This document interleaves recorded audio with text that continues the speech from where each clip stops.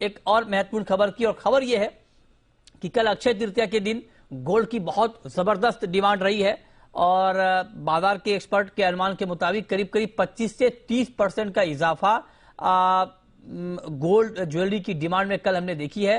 क्योंकि 2019 के बाद 20 और 21 ये 2 साल कोविड का ईयर था, तो बहुत सारी चीजें ओपन नहीं थी, लॉकडाउन था, तो उस दौरान डिमांड बहुत कम रही थी। लेकिन ये 2019 के मुकाबले भी डिमांड 25 से 30% ज्यादा रही है। इस पर बातचीत करने के लिए सुरेंद्र मेहता हमारे साथ जुड़ चुके हैं। मेहता जी, बहुत स्वागत है आपका। एक्चुअल फिगर आ गया है सर क्या, कितनी डिमांड बढ़ी है? क्योंकि हमारे पास जो डेटा आ रहे हैं वो 25 से 30% के हैं। जी बिल्कुल, लगभग हमारे पास जो डेटा आया है उसके मुताबिक लगभग 27% तक डिमांड बढ़ी है। अच्छा। आपके पास बिल्कुल सही डेटा आ रहा है।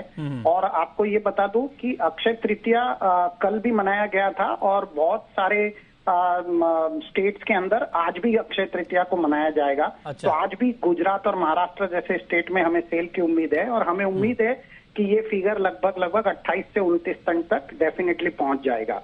जो मुख्य कारण रहे हैं इसके वो ये हैं कि लगभग 4 लाख रुपए किलो सोने का भाव घट गया है। मतलब पिछले 10 दिनों में ही सोने के भाव में 4,000 रुपए की कमी आई है। तो लोगों में एक उत्साह बढ़ा और लोगों ने उसको एनकैश करने की कोशिश की। और जो दूसरा महत्वपूर्ण कारण ये है कि 2 साल, जैसे आपने बताया, 2 साल बिल्कुल लॉकडाउन पीरियड था। और तीसरा कारण है कि इस साल रिकॉर्ड शादियां हैं। तो वो शादियों के मद्देनजर लोग एक शुभ मुहूर्त की राह देखते हैं और अक्षय तृतीया से बढ़िया मुहूर्त हो ही नहीं सकता। तो उसकी वजह से डिमांड बढ़ी है। और जो मुख्य कारण हमने इस बार जो देखा है, जो आज तक कभी नहीं देखा गया, वो ये कि हॉलमार्किंग अब मैंडेटरी हो गया है। तो लोगों का जो भरोसा है वो ज्वेलरी के ऊपर बढ़ रहा है।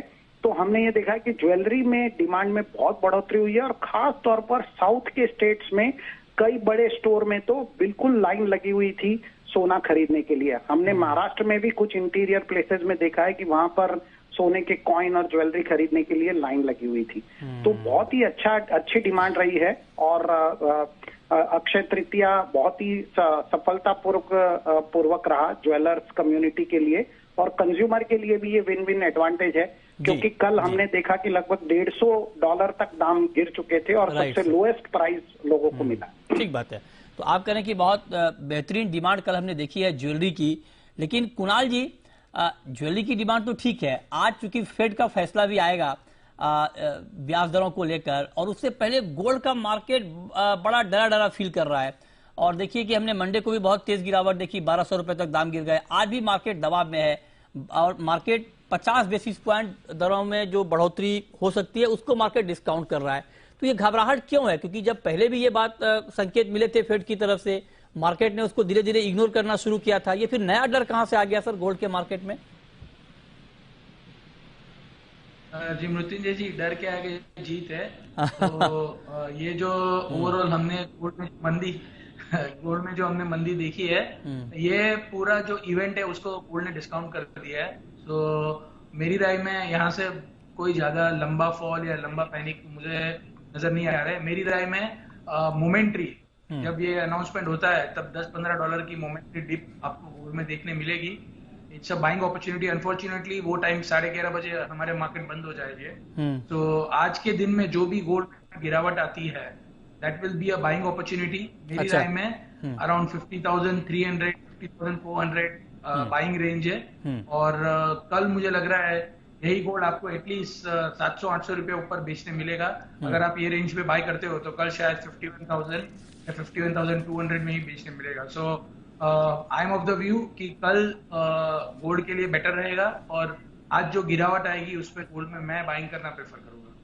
ओके, तो आप कह रहे हैं कि आज की गिरावट पर गोल्ड में बाइंग करनी चाहिए और डर के आगे जीत है। ये बात आपने बहुत महत्वपूर्ण कही है। तो रविंद्र जी, आपको भी लगता है कि डर के आगे जीत है? और आज जो लोग ट्रेड लेना चाहते हैं फेड के ऐलान से पहले, क्या उनके लिए गोल्ड में इस भाव पर बाइंग का मौका है? Good morning Mrityunjay. बिल्कुल, मेरे हिसाब से मैं कुणाल के साथ सहमत हूं। और हिस्टोरिकली अभी अगर आप देखें तो जब भी फेड ने इंटरेस्ट रेट हाई किया है उसके बाद गोल्ड ऊपर ही गया है। और इस बार भी लगता वही है क्योंकि ऑलरेडी 50 बेसिस पॉइंट फैक्टर्ड इन हो गया है।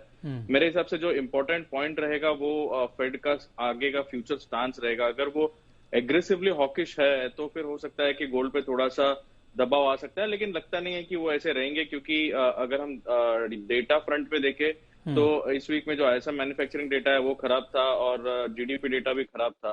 तो हमें नहीं लगता है कि वो ज्यादा एग्रेसिव रहेंगे। ऑलरेडी जो एग्रेसिवनेस है वो फैक्टर्ड इन है। तो मेरे हिसाब से after the rate hike 50 basis hike जो है उसके बाद गोल्ड में अप मूव आ सकता है। तो मुझे भी लग रहा है कि 51,200 से 51,500 तक के प्राइजेस गोल्ड में पॉसिबल है। तो अगर कोई भी डिप आता है या फिर ब्रेकआउट पे गोल्ड को बाई करना चाहिए। दोनों एक्सपर्ट कह रहे हैं कि गोल्ड में आप बाइंग कर सकते हैं। 51,200 का इमीडिएट टारगेट आप ध्यान में रखकर यहां पर बाइंग कर सकते हैं गोल्ड में।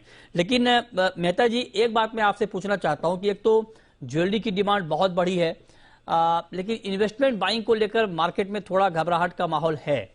आपका टेक क्या है सर फेड को लेकर के, क्योंकि 50 बेसिस पॉइंट मार्केट डिस्काउंट कर रहा है इस बैठक जो आज ऐलान होगा उसको लेकर के, और आगे की जो बैठक होगी हर बैठक में इस बात की संभावना या संकेत मिल रहे हैं कि 50 बेसिस पॉइंट की बढ़ोतरी आगे भी अमेरिका में हो सकती है।